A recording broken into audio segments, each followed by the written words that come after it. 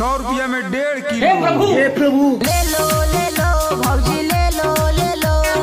ले लो ले लो भौजी ले लो हाली हो तू तबा दो में के लो भौजी ले लो भौजी ले लो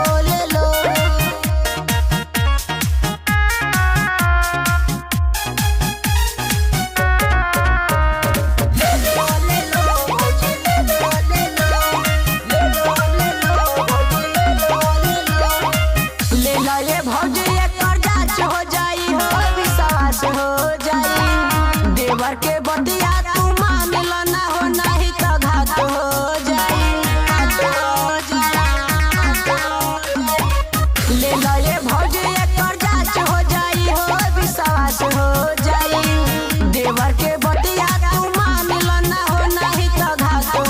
जाई पैसा ना होखे तब ले लो उधारे कहे देवर दुलारे ए भौजी बाटे माल संदारे तब से कहतारू कहीं कमिलो आम चाहिए 100 रुपया में 1.5 किलो। हे प्रभु ले लो भौजी ले लो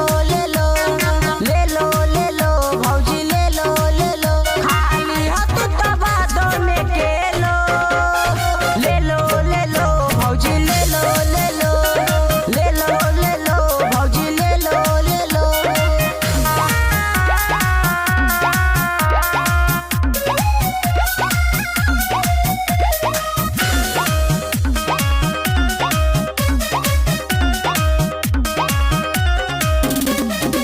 जल्दी से ले लो ना तो कम हो जाई हो खत्म हो जाई खइबू जे आम पूरा दम हो जाई हो पूरा दम हो जाई जल्दी से ले लो ना तो कम हो जाई हो खत्म हो जाई खइबू जे आम पूरा दम हो जाई हो पूरा दम हो जाई बोला ता कब से दुआरे बखाड़ा हई माल ले लो सारा ए भौजी नहीं मिली दोबारा बिना खरीदले पकड़ के न छीलो